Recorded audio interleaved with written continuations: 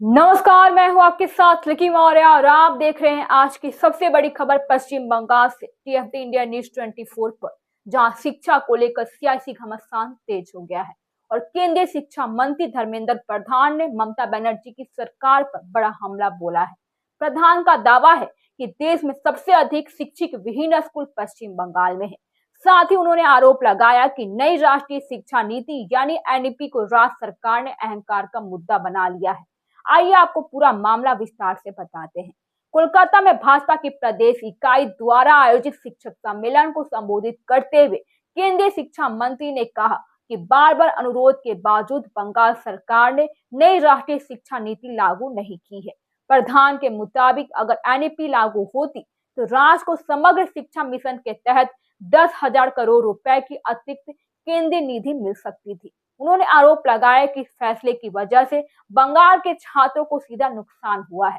प्रधान के आंकड़ों के साथ दावा किया गया है कि देश में सबसे अधिक शिक्षक विहीन स्कूल पश्चिम बंगाल में है।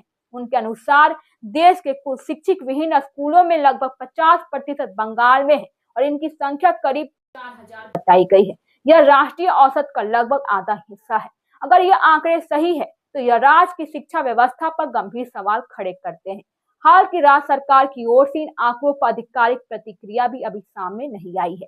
नई राष्ट्रीय शिक्षा नीति मातृभाषा में प्रारंभिक शिक्षा पर जोर देती है और प्रधान ने कहा कि बंगाल में या बंगाली भाषा में होनी चाहिए थी।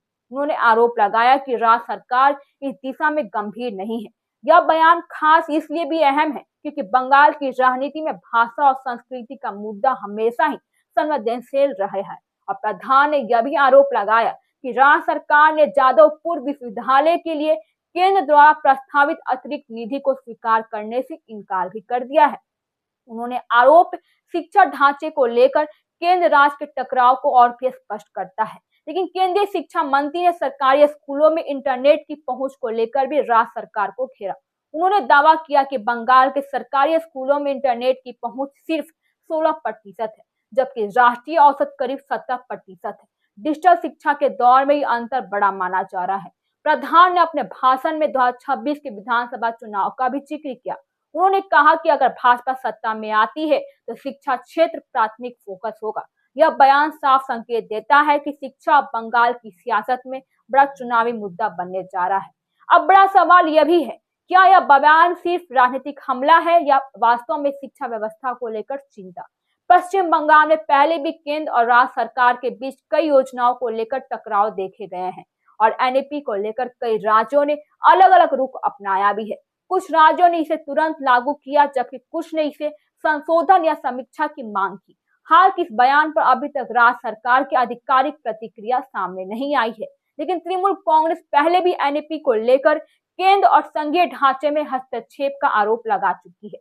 ममता बनर्जी सरकार का कहना है कि शिक्षा राज्य का विषय है और केंद्र को राज्यों पर नीति थोपनी नहीं चाहिए।